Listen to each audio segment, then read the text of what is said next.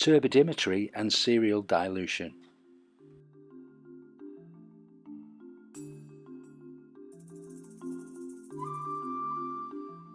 For the experiment, the following equipment has been provided: a test tube rack, test tubes, sterilising fluid, distilled water, cuvettes in a cuvette holder, a marker pen, a ruler, a 5 ml Pasteur pipette, a 1 ml syringe, a 10 ml syringe, a bacteria sample, and some absorbent paper. For the purposes of the video, printed labels have been used. For the actual experiment, use the marker pen to accurately label the test tubes. Draw up an initial sample from the bacteria sample. Using the 10 ml syringe, deposit this into the test tube marked 1. Ensure that the sample is a full 10 ml. Make sure that the bottom of the plunger is level with the 10 ml marking or gradation on the syringe. As with all scientific work, accurate measurement is key. It is particularly important in this case as all the other dilutions will be made from the initial sample. Place the syringes that have been in contact with the bacteria onto the absorbent paper and replace the lid onto the bacterial sample. The next step is to make the serial dilution. This is the critical phase of this experiment. From the initial sample, draw 1 ml, making sure again that the bottom of the plunger is onto the 1 ml marker. Then draw up from the distilled water 9 ml of distilled water, making the total volume of the sample 10 ml, thus giving a 1 in 10 dilution.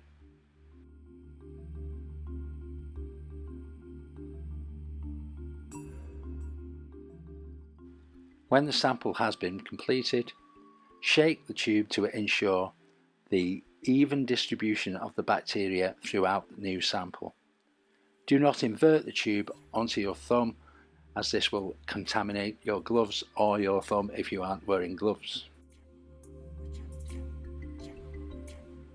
From this freshly made 1 in 10 dilution, draw 1 ml of the liquid and place it into the next test tube in the series, the 1 in 100 dilution. Continue the process by drawing up 9 ml of distilled water to make up a 10 ml sample in total. Repeat this process with the further dilutions, with 1 ml sampled from the previous dilution and 9 ml of distilled water to create a 1 in 10 dilution each time.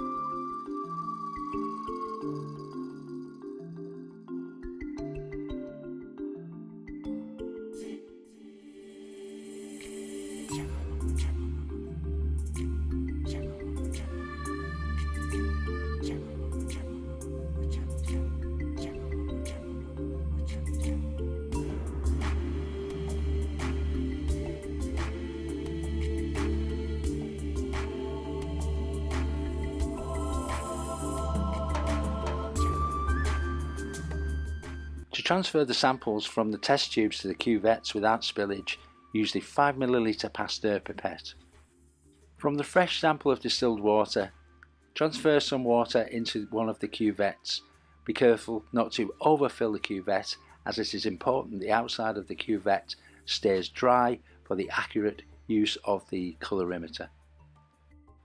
From each of the samples, draw up some liquid and place it into the cuvette. Again, be careful not to overfill the cuvette. Start with the most dilute sample first and move along to the most concentrated sample, as this will avoid any contamination from the more concentrated samples as we move down using the same pipette.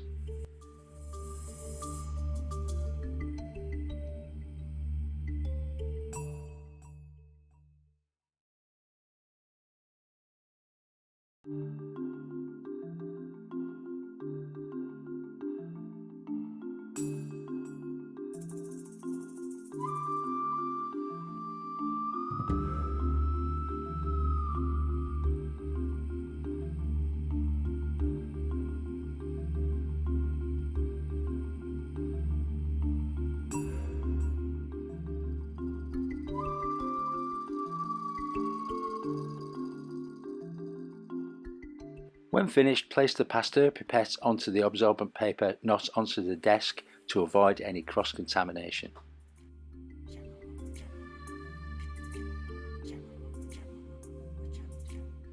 The data logging equipment used is part of the Logit system. It is widely used in schools and colleges. For this experiment, we need the colorimeter to be set to the red wavelength of light.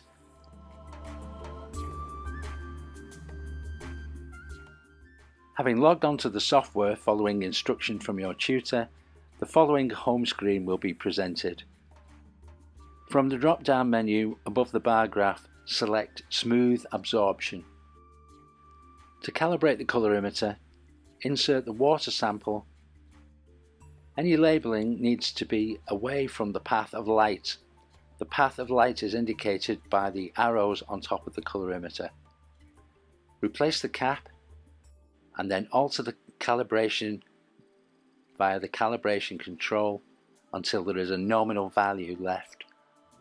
This residual value is created by the thickness of the walls of the cuvette and will not affect the reading. Please note, in actual laboratory practice, you will not be working on the surface of your laptop. This lapse in good procedure is only excusable to keep the entire experiment in shot. Each sample is placed into the cuvette and the reading from the colorimeter is read accurately once it has settled to a value.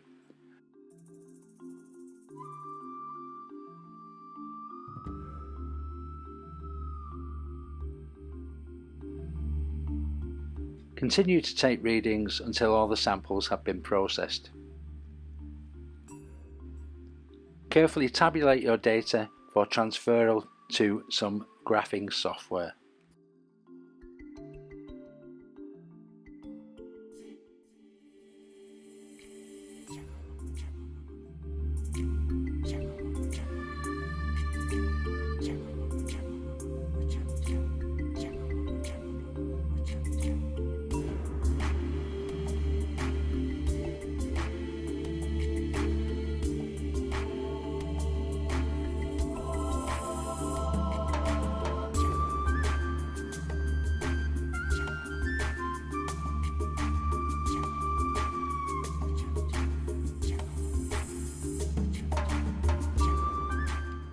As scientists, we should follow good laboratory practice. In this case, any contaminated equipment is placed in a beaker full of sterilising fluid and any other equipment returned to the basket provided. The absorbent paper will be disposed of into a plastic bag.